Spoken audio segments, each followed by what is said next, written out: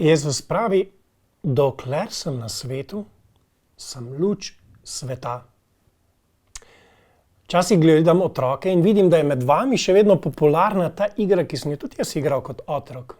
Vsi jo dobro poznamo in rečemo ji, vsaj mi smo ji rekli, slepe miši.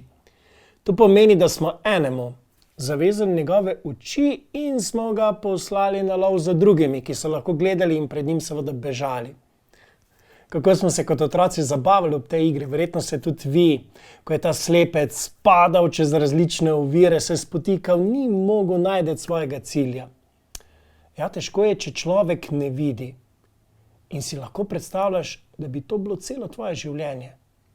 Da ne bi videl, da bi bil kakor deček v današnjem evangeliju, slep.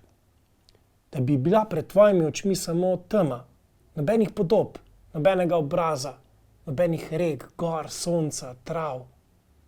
Kako težko, žalostno bi to moralo biti. Takšen je bil fant v današnjem evangeliju in ko se ga je Jezus dotaknil, je prvič lahko res videl stvari okrog sebe. To čudovito naravo, očeta, mamo, vse, kar mu je Bog dal. To se lahko zgodi tudi z nami. Tudi mi smo lahko na nek način slepi, čeprav imamo odprte oči in vidimo. Kako smo lahko slepi? Vse, kar je Bog ustvaril, nosi njegovo lepoto. Nosi v sebi tudi njegovo dobroto, čudovitost. Znamo to, znaš to vedno opaziti v stvareh, ki jih imaš, v ljudeh, v naravi. Jih res vidiš kot Božji dar, kot nekaj lepega, čudovitega.